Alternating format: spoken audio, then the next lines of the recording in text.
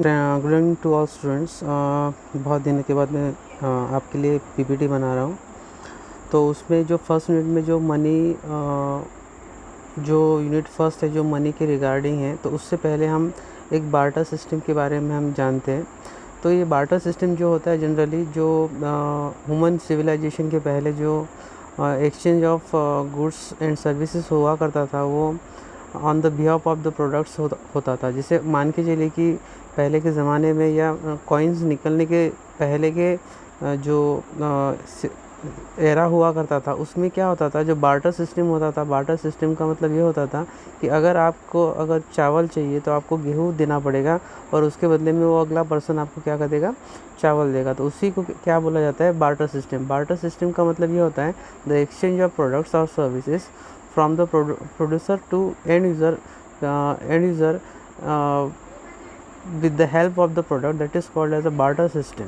तो barter system का कुछ जो सबसे अच्छी चीज़ होती है, जो फीचर्स होते हैं, वो बहुत ही सिंपल तरीका होता है, सिंपल सिस्टम होता है। इसमें कुछ मैकेनिज़्म नहीं होती, कुछ रूल्स एंड रेगुलेशंस नहीं होते, बहुत सिंपल सिस्टम होता है।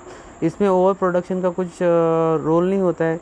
जितना ज़रूरत आपको होता है उतना ही ज़रूरत आगे वाले बंदे को भी होता है, इसलिए यहाँ पे कोई ओवर प्रोडक्शन का क्वेश्चनिंग नहीं होता है। देन यहाँ पे इंटरनेशनल ट्रेड का कुछ रूल्स एंड रेगुलेशन नहीं चलते। जैसे आज की इंटरनेशनल एरा में जो भी प्रोडक्ट बनते हैं या जो भी आपको सर्विसेज दी जाती है, उसमें होता ये है कि जो भी आप प्रोडक्ट बेचते हैं या ख़रीदते हैं, वहाँ पे आपको इंटरनेशनल ट्रेड के हिसाब से होता है। लेकिन इनिशियल स्टेज में जो भी सिविलाइजेशन के पहले जो बार्टर सिस्टम हुआ करता था, इसमें कोई इंटरनेशनल रूल्स एंड रेगुलेशंस हुआ नहीं करते थे, इसलिए यहाँ पे नो प्रॉब्लम्स या जो भी प्रॉब्लम्स होती थी इंटरनेशनल ट्रेड में बहुत ज़्यादा होती है। उसके बाद कॉन्सेंट्रेशन ऑफ इकोनॉमी, मतलब इकोनॉमी एक ही बंदे के पास या एक ही कंट्री के पास कॉन्सेंट्रेट होती नहीं थी। क्योंकि क्या होता था कि यहाँ पे जैसे जैसे सिविलाइजेशन बढ़ती गई, वहाँ पे क्या होता है कि एक बंदे के पास सारे पावर आ जाते हैं। आप भले ही आप प्रोडक्ट प्रोड्यूस करें, लेकिन वो अपने मर्जी से प्रोडक्ट बेच नहीं सकता है। लेकिन जो बार्टर सिस्टम होती है, यहाँ पे क्या होता है कि जो आप इकोनॉमी है, वो इकोनॉमी सेंट्रलाइजेशन रहती है। इकोनॉमी पूरे यहाँ पे फैली हो रहती है। We are not depend upon the one person, one organisation और वन कंट्री। देन उसके बाद आया कि जो रिसोर्सेस है, उसका जो यूज़ है वो प्रोपोर्शनेट में प्रोडक्शन में होता है। जैसे आपको पता ही है कि कोई भी प्रोडक्शन करते समय आपको जो भी यहाँ पे प्रोडक्शन करने के लिए ज़रूरत होती है, जैसे मैन, मनी, मशीन, और उसके बाद मैन, मशीन, मनी, पावर, उसके बाद रॉ मटेरियल। उसका जो रॉ मटेरियल का यूज़ होता है वो भी बहुत राइट प्रोपोर्शन में होता है। तो बार्टर सिस्टम में यहाँ पे बहुत आइडियल यूज़ माना जाता है। अगर आप इंडस्ट्रियल रिवॉल्यूशन की बात करते हैं, तो हम अभी आपको पता लग रहा होगा कि नेचुरल जो डिज़ास्टर्स हुए हैं वो सारे ओवर प्रोडक्शन की वजह से हुए। लेकिन जो बार्टर सिस्टम होता था, जितनी ज़रूरत रहेगी उतना ही उसका यूज़ होगा, इसीलिए यहाँ पे उसको प्रोपोर्शन ऑफ प्रोडक्शन बोला जाता है। उसके बाद जो लेबर डिवीज़न है, लेबर डिवीज़न बहुत ही अच्छा माना जाता है। लेबर डिवीज़न हमेशा यहाँ पे इक्वल होता है। उसके बाद हम नेक्स्ट स्लाइड पे चलते हैं। यहाँ पे हम देखेंगे कि what is the difficulties of barter system.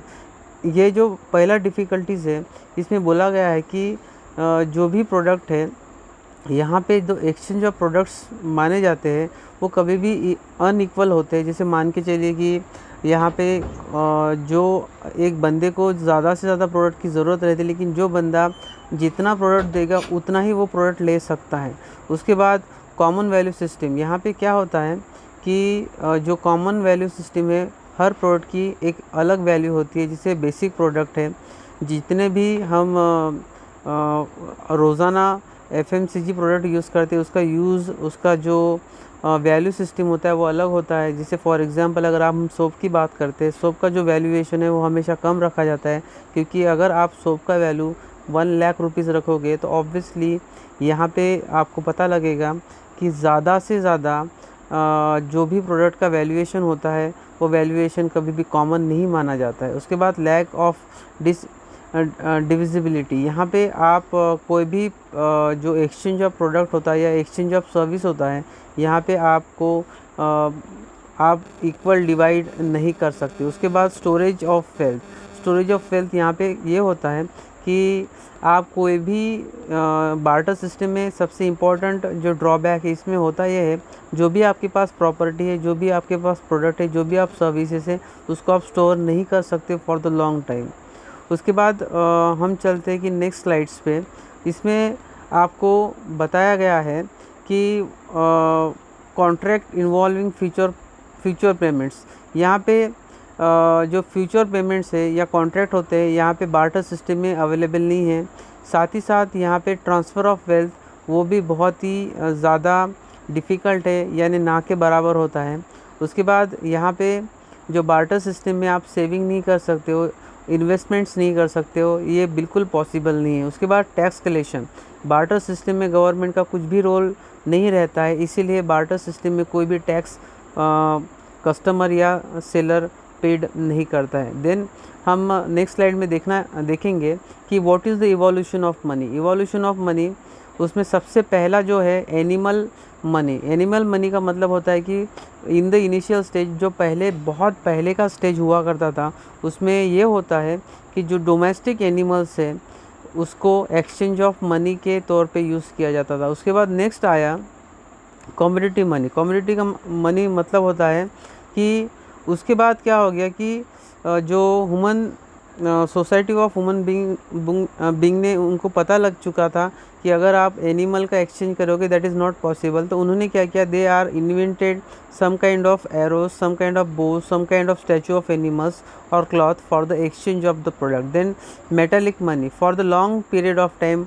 ऐसा सोचिए कि जैसे 10,000 या 20,000 या 1,00,000 साल के बाद मेटालिक मनी का ज़माना आया। उसमें क्या हो गया कि जो कमोडिटी ऑफ प्रोडक्ट है या कमोडिटी ऑफ मनी है उसका मेटालिक वर्जन आ गया। जैसे फॉर एग्जांपल गोल्ड हो गया, सिल्वर हो गया या स्टील हो गया, उसके हिसाब से मेटालिक कॉइन इन्वेंट हुआ। उसके बाद क्या हो गया कि फॉर द जैसे जैसे ह्यूमन बीइंग ग्रोथ होता गया और कंट्रीज़ अलग अलग होती गई, उसके वजह से क्या हो गया, due to the over population, competition and international business, तो वहाँ पे जो मेटालिक मनी था, metallic money is not efficient और not convenient for the business transaction, इसलिए यहाँ पे मनी पेपर मनी का इन्वेंट किया गया।